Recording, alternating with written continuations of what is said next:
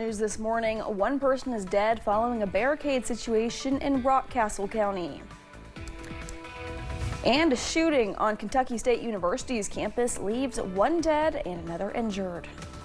Dedicated to Eastern and Southern Kentucky, this is WYMT Mountain News This Morning.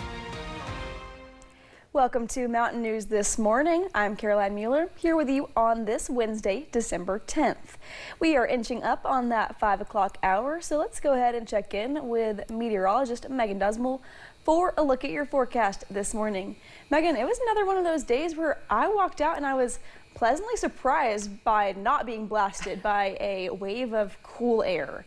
That felt, I mean, it wasn't like it was crazy warm, but compared to what we've been seeing, it felt great. It's definitely an improvement is the way we describe it. Yes, today's not as bad of a start to your day. However, we are going to see a cold front moving through, which will drop those temperatures down dramatically heading into the afternoon. Here's a look at those current temperatures. Right now, we're seeing 40s. Again, very nice start to your day. 46 right now in Boonville and Manchester, 43 in Jackson, a tad chillier for our Virginia and West Virginia counties, 36 in Jonesville and Wise, 34 in Grundy. This early afternoon, we'll be seeing a mixture of the upper 40s and low 50s, but really that cold front's coming through and is going to drop our temperatures down dramatically throughout the day. And while we are looking nice and clear right now, you'll zoom out and you'll see that rain that is on the way. And as temperatures drop, as that cold front makes its way through, we'll start to see that wintry mix chance in the forecast. Caroline. Sounds good, Megan. Thanks. One person is dead following a barricade situation in Rockcastle County. We first told you about the incident yesterday. Kentucky State Police told us there was a domestic incident at a home between a husband and wife happening around 1 in the afternoon. The wife wasn't aware the man was home, so she left to get an emergency protective order from police. When police attempted to serve him the order, he wouldn't come out of the house. KSP eventually went into the home and found Marvin Gabbard, 42 of London, dead from an apparent self-inflicted gunshot wound. This investigation is ongoing. One Kentucky State University student was killed and another is in critical condition after a shooting on campus. The shooting happened around 3 yesterday afternoon on Kentucky State University's campus in Frankfort. Around 4:30, we learned that one of the students died from their injuries. And last night, we found out that the suspect was not a student. Police identified him as 48-year-old Jacob Bard from Evansville, Indiana. Bard is charged with murder and assault. He's being held without bond in the Franklin County Jail. Our thoughts are with them, their families, and the entire Kentucky State University community, as well as the Frankfort community, as they navigate this difficult moment.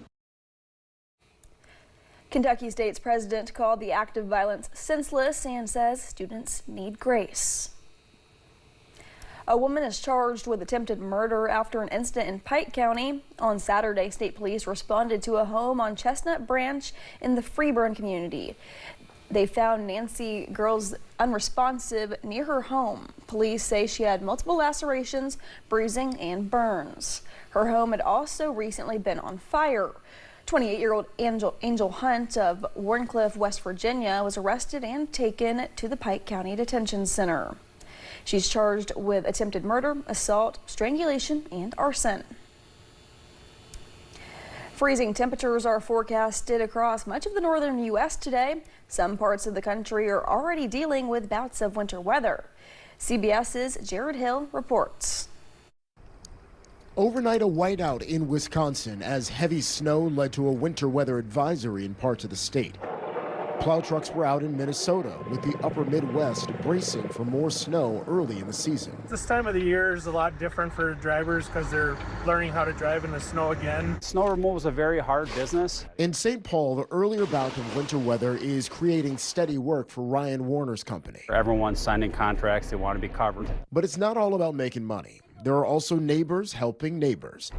A member of the St. Louis City Snow Angels volunteer group was out clearing the sidewalk for one of their own, inside after ankle surgery. It's a 2-to-1 ratio of people who need help versus those who can help. And not everyone can help out for every storm. For this Minnesota business, the chilly temperatures are a cold comfort, with snowmobile sales seeing a boom after a lengthy lull. It's been really tough, honestly, you know, not having snow for 2 years and actually one of those not having ice. In the Pacific Northwest, a powerful storm system dubbed an atmospheric river dumped inches of heavy rain, leading to high water and causing this waterfall to swell, flooding roads around Snohomish County in Washington State. I don't think people are taking it very serious. I mean, this whole valley you can't even get to now. So if anybody has an emergency out there, they have to get a boat. As levels are expected to continue to rise, prompting local officials to declare a state of emergency. Jared Hill, CBS News. Parts of Pennsylvania are also experiencing wintry weather and rain, and in Minnesota, at least one person is dead as a result of the weather after Minneapolis-St. Paul International Airport police say it was reported that a 47-year-old male was struck by a snowplow in the parking lot facility on Tuesday evening. In a campaign-style rally, President Trump told economic wins to a crowd in battleground Pennsylvania.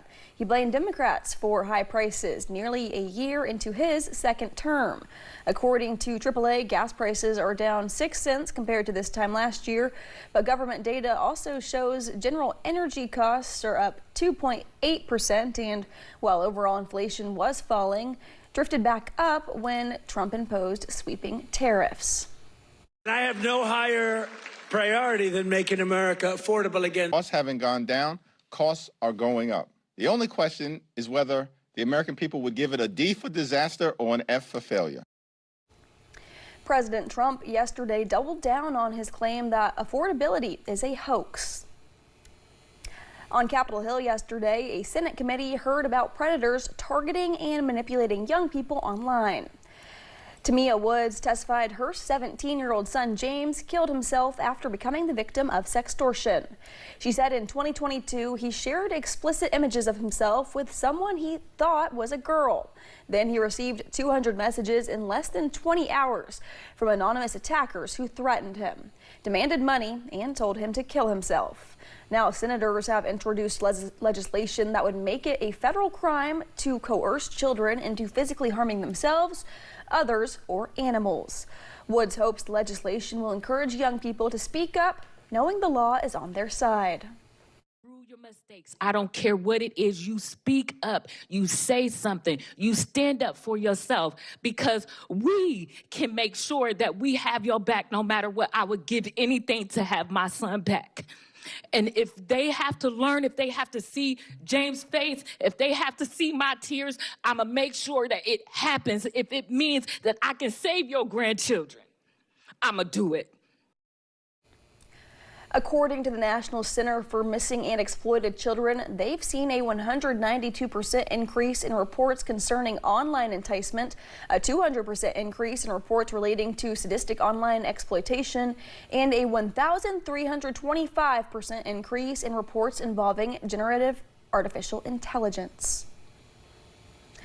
Jimmy Kimmel has renewed his contract to continue hosting his late-night show. ABC said Monday it has signed the late-night comic to a one-year contract extension. Kimmel's previous multi-year contract had been set to expire next May, so the extension will keep him on the air until at least May 2027. Kimmel's future looked questionable in September when ABC suspended his show for remarks made following the assassination of conservative activist Charlie Kirk. But after a public outcry, ABC lifted the suspension and Kimmel returned to the air with stronger ratings than he had before. A major automotive supplier is expanding its presence here in the Bluegrass State. Governor Andy Beshear was in Hopkinsville yesterday to celebrate the grand opening of Toyota Bashoku, America's new $225 million facility. It's expected to create more than 150 full-time jobs and is the company's first smart plant. TBA's president and CEO says the expansion helps strengthen community partnership, saying they're, quote, dedicated to creating opportunities and contributing to shared prosperity. Thanks for getting your day started with us here on Mountain News this morning. Coming up, more than 125 students benefited from yesterday's WYMT Food City Mountain Classic Scholarship Ceremony. We'll have those details. And get ready for gusty winds all throughout your Wednesday.